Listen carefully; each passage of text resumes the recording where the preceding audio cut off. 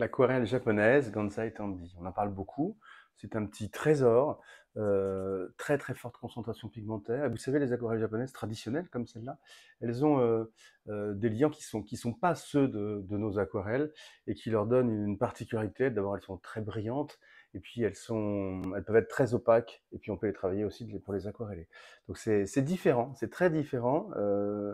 On dit aussi qui peut le plus peut le moins. On peut faire beaucoup plus de choses finalement avec une aquarelle japonaise qu'avec une aquarelle occidentale, on peut dire.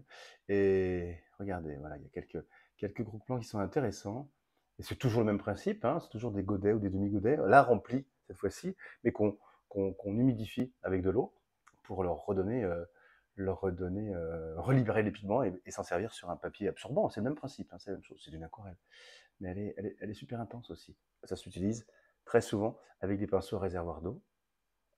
Hein, donc, vous savez, ces pinceaux qui contiennent de l'eau dans le réservoir et qui permettent par pression de libérer de l'eau. Des très très belles couleurs.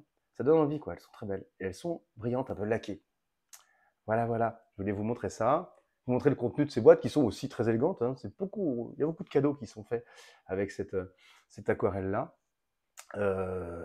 Encore une fois, qui peut plus, peut moins. Il y a des choses très très précises avec de la gouache. Et puis après, tout l'univers aquarellé en ajoutant de l'eau. Voilà, voilà. À bientôt.